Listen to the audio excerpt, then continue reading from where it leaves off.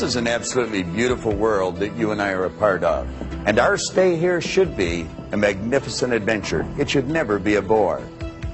We were created to have and enjoy all the good that life has to offer. You're God's greatest creation, and you are meant to win. Unfortunately, not everyone views the world or their life the same way. Some see it as a very harsh, cruel world, and they're forever struggling to make ends meet or keep a relationship together. It seems they're forever running on a treadmill, going nowhere, never taking the time to enjoy what they have or to see the beauty of the world that they're a part of. Have you ever asked yourself what differentiates the winners from the masses? Well, I have. I've researched the subject now for over a quarter of a century, and I have found that the winners are aware of a certain place within. It's referred to as the higher self. And in this higher self, there's an image of perfection, which is forever attempting to express itself in a greater way. When the winner wants to turn their dreams into physical realities, they call on this higher self. And they set about and change the world, not just for themselves, but for everyone in it. Think of what Edison did. He illuminated the entire world. Alexander Graham Bell hooked us all together. Why, we can just hit a couple of buttons and be talking to a loved one on the other side of the globe. And the Wright brothers, they actually brought us closer together. They introduced us to a brand new kingdom and changed our perception of the world forever. Why, do you know we're not a long ways away from anywhere anymore? We're only hours away. I could be working with Francis MacDonald conducting a seminar in Halifax, Nova Scotia one day, and be way over in Australia with David Walsh doing the same thing the next. And then if I chose, I could just jump on a plane and fly off to Kuala Lumpur in Malaysia and be working with Jeet Singh Peter there the following day. We wouldn't be able to do any of those things without the Bells, the Edisons, and the Wrights. And of course, there's been many other people just like them. As a matter of fact, you and I are just like them. Now, you may be saying, oh no, we're really not, but we really are. The only difference is our perception of ourselves, how we see ourselves, our awareness of this higher place, this higher self within, and perhaps in the results we're getting. Anyone that has ever done any research into human potential will be quick to tell you that you have infinite potential. You've been blessed with exactly the same mental faculties as the Bells or the Wrights. And the same power flows to and through you that flew through them. Now, do you know that you can take and build the most magnificent dream in your mind? And by following the instructions in this program, we're going to show you how to turn them into results. So listen to the program the way you're instructed. Follow your exercise book. You're going to develop what we've referred to as a winner's image.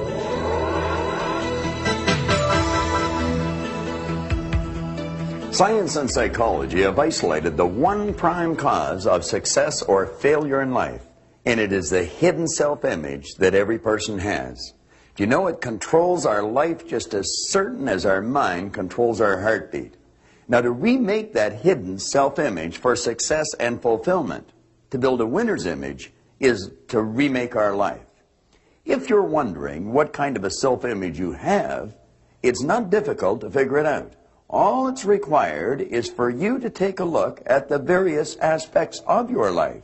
Take a look at the results you're getting, possibly your relationships, your income, the position you hold at work, the type of business that you're operating with. Take a look at your own personal appearance. These are all the results. They're the outer expression of the inner image. Now, as we alter this inner image, everything outside begins to change. One of the great errors that almost everyone makes is they're attempting to change their income. They're attempting to change their position. They're attempting to change their business. They're attempting to change something outside of themselves without changing what's going on inside. It's like, I think it was Emerson said, of what use to make heroic vows of amendment if the same old lawbreaker's going to keep them? Do you know, for me to try and change the results in my life, in other words, what's going on outside of me, without changing what's going on inside, would be just about as foolish for me to try and change the reflection of this mirror without changing my physical appearance. It's never going to happen. Well, that's what people are doing. They're trying to change something outside without changing what's going on inside. In 1903, James Allen wrote a marvelous little book. And in that book, he said something that's rich with truth. He said, mind is the master power that molds and makes. And man is mind. And evermore he takes the tool of thought and shaping what he wills, brings forth 1,000 joys or 1,000 ills. He thinks in secret, and it comes to pass. Our environment is but our looking glass. As you go through this program, we're going to show you how to alter that inner image and build a winner's image. Now, to remake this hidden self-image, we're going to have to understand a couple of things. First of all, we're working with our mind. And we operate with images in our mind. The problem is, no one's ever seen the mind. And so when a person begins to think of their mind, confusion sets in. We're going to have to build a picture of the mind. It's like the little kid in school. He was doodling away, drawing a picture, and the teacher said, "What are you doing?" And the kid says, "I'm drawing a picture of God." She says, "Nobody's ever seen God." He says, "Well, wait till I finish the picture." We're going to have to do what the little kid did. We're going to build a picture of the mind. Now, what I want to suggest is that you let this large circle here represent the mind. Let the small circle represent the body. Now, the line going out here will represent our behavior, and of course, our behavior causes our results. Now, we're going to take that large circle and we're going to run a line right across the center of it, and that's going to divide the conscious mind from the subconscious mind. Now, what we want to realize is that the conscious mind is the mind that thinks, it's the mind that gathers information, but I can assure you of one thing. It's not the part of your mind that is controlling your behavior. Your subconscious mind controls your behavior, and it's in your subconscious mind that your old self-image is lodged. And that old self-image is controlling every act you make. It's controlling all of your results. Now, the self-image in your subconscious mind operates almost exactly, if not exactly, as an automatic pilot operates. I want you to imagine that this plane is leaving New York, and it's locked on course. After it leaves the vicinity of New York, the pilot sets the automatic pilot. That plane is locked on course for Hawaii. Should that plane get hit with some unexpected turbulence and maybe get knocked off course, the automatic pilot picks up the deviation from the set goal, which is Hawaii. It feeds it through a coordinating mechanism. The thrust of the engines are altered, the flaps are altered, and that plane is brought right back on course again. It will ultimately get to Hawaii. Now, the self-image in a person's subconscious mind operates exactly the same way. Let's suppose a salesperson's self-image has them locked on for writing $1 million a year in production. That person may have a big week. They get flying off course. They might write $300,000 worth of business in a week. Their self-image will pick up the deviation from the set objective, which is $1 million a year. They're way off course. It feeds that information, the deviation from the set goal, into the coordinating mechanism, which is the person's nervous system. Their behavioral patterns will change until they're back on course. Ultimately, at the end of the year, they've written $1 million, even though they had a week at $300,000 or $400,000. It's the same with a student in school. Let's suppose a student's self-image dictates that they're getting a D average in school. Now, the parents, the teachers may turn the heat up, really pour the coals on, and the child will go in and have a test, and he may come out with a B+ on that test. But that is not consistent with the child's self-image. The self-image picks up the B+, deviation from the set objective. It feeds it into a coordinating mechanism. The child's behavioral patterns will change until they're back on course, and ultimately they're right back to a D average. If they want that child to get a B, if the salesperson wants to increase the business, they're going to have to alter the self-image. Now, the first step in altering that image is to fantasize. Just take the lid off your marvelous mind and dream. A German engineer by the name of Carl Benz had a fantasy, and he literally turned his fantasy into a fact. And in January 1886, Carl Benz was issued a patent for the Benz motor carriage, and the age of the automobile had dawned.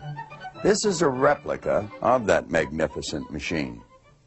And you know, before Benz ever turned his fantasy into a theory even, certainly long before he turned it into a fact, he had to ask himself a couple of questions that you and I and every other dreamer will have to go through. He had to ask himself, am I able to do this? Well, he seemed to have that innate awareness of this higher self, this image of perfection within him, and he saw himself as a person that was actually able to take and turn the fantasy into a fact. Now, he must have been a pretty courageous guy because there were no horseless carriages in those days. But then he had to ask himself, am I willing? And you see, he had to ask himself, am I willing to accept the ridicule that I'm bound to get? Am I willing to accept the failures? Well, he said, yes, I am willing. He was willing to pay the ultimate price to turn his fantasy into a fact. And ridicule he got. His own partner thought he had gone mad, and he had to find himself a more congenial colleague to work with. He would take this thing out in the evening. He'd take it out at night, so no one would see him. He'd escape some of the ridicule. And time after time, he couldn't get it going. He had to push it back. But it never dawned on him that he would not ultimately realize his dream. When this magnificent machine completed its first long journey with Benz at the wheel, every beat of the engine found an answering echo in the heart of the driver, as every turn of the wheels brought him closer to his goal, to the realization of what once was a fantasy. Now, in order for you to turn your fantasies into a fact, you have to go through exactly the same process as Carl Benz. And if you do go through the same process, you'll meet with exactly the same success, regardless of the opposition you might come up against. You have to ask, am I able to turn this fantasy of mine into a fact? Can I actually realize it? Can I turn my dreams into reality? Now, you're either going to say, yes, I'm able to, or no, I'm not. If you realize you are able, if you have an understanding of this potential, this power within you, then you have to ask yourself, are you willing? And there's a long series of tests there. You don't even know what you're going to come up against. One thing is for certain, you'll come up against ridicule. You may have to move. You may have to do all kinds of things that you don't even think about. You have to be willing to do whatever's required if you really want to turn your fantasy into a fact. The second you say, yes, I'm willing, at that instant, you've created your theory. Now, if you happen to run into a stumbling block on the able part, I'm going to help you over that just a moment. Before you can turn your fantasy into a fact, you first have to turn it into a theory. And before you can do that, there's a couple of tests that you're going to have to pass. You have to first ask yourself, am I able to do this? Am I actually able to turn my fantasy into a fact? Now, generally, when a person doesn't know how to do something, they say they can't do it. The truth is they can. You and I are capable of doing anything. We are God's greatest creation. We're spiritual beings. And as spiritual beings, we're able to do anything at all. All things are possible. Our objective is to figure out how, not whether we're able to or not. Now, it would appear as if the only way I could get to the other side of this ladder is to climb over the ladder. But the truth isn't always in the appearance of things. You see, I could just walk through this ladder. Now, where I might have used an illusion to get this point across, you might want to think of this for a second. All obstacles are illusions. But the obstacles cause us to have doubts in our mind. Are we really capable of doing this? You know, if you had formed the attitude that every obstacle is an illusion, just like this ladder, I didn't have to climb over it. I could just walk right through it. Well, you may not be able to walk through some of the obstacles, but I can guarantee you this. You're able to figure out how to get around them, how to get over them, or how to get to where you want to go. You're able to do anything. So get the idea about whether you're able or not right out of your mind. You're quite capable of doing anything that you want to do. You can turn your fantasies into facts, just the same as Edison or Carl Benz did. The question now you want to ask yourself, am I willing to? Am I willing to do whatever is required to realize my dream? You can answer yes to that question. Like that, you've built a theory in your mind and you're well on your way. Now let's review what we've done. We've built our fantasy. We've admitted we're able to do it. We said, yes, I'm willing. And what we've got is a theory. We've got a dream. We have a winner's image in our conscious mind. Now our objective is to firmly plant it and let it take root in our subconscious mind so that it will change our behavior and change our result. To properly deposit your winning image in the treasury of your subconscious mind, it's vitally important that you remember the first law of learning. It's repetition. Use this program every day over and over and over again for 90 days. Now, this might not make a whole lot of sense to you, but I want to suggest that you take a half an hour, possibly first thing in the morning or maybe just before you go to bed at night, and put this videotape on and watch it every day for 90 days. You'll find that all the important points start to get burned right into your mind, and it'll also start to change your life. You're going to develop a heightened awareness of all the key points of this program. Take the audio cassettes from this program, clear your car of all other cassettes, and just put these 3 tapes in. And all the time you're in the car, play these audio cassettes. Now you're going to find that you'll be able to talk right along with me. You're going to know the next word that's coming. And you're going to find that these ideas are going to become a part of your way of living, a part of your way of life. Begin to visualize yourself with some of the nice things you'd like to have. Possibly the home that you'd like to live in. It may be the business you want to build or the position you'd like to hold. Possibly the income you'd like to earn. You may want to visualize the vacation that you'd like to take. What is important is that you do visualize. It's not only important that you watch the video cassettes every day and become very familiar with them, or listen to the audio cassettes on a regular basis. It's vitally important that you set aside 10, 15, maybe 20 minutes at least 3 times a day to completely clear your mind, block out any distractions, let yourself totally relax, and begin to see yourself actually living the life that you imagined yourself living. See yourself the winner that you want to be. And let all these beautiful pictures sink deep into every cell of your being. In other words, add a lot of emotion to it. When you watch the top movie stars like George C. Scott or Katharine Hepburn or possibly Peter O'Toole, the Oscar winners, they're not acting, they're literally living the part. And as you visualize yourself living the life that you want, let yourself feel yourself living it. In other words, burn these ideas deep in your mind and then start making a written description of them. Now, after you've made the written description, just freeze it. Stand back and take a real good look at the written description of your vision and then compare it to how you're actually living. Then you'll see the changes that have to be made and begin making those changes one at a time. There are hundreds of changes you could make, but a good place to start would be with your own personal appearance. Something as simple as how you dress and how you walk and how you project yourself sends a strong message to everyone in your external world, but it also sends a very powerful message to your subconscious mind. Do you know Cary Grant, which wasn't even his name, he even changed his name to Cary Grant, he projected himself different, he walked different, he dressed different, he talked different.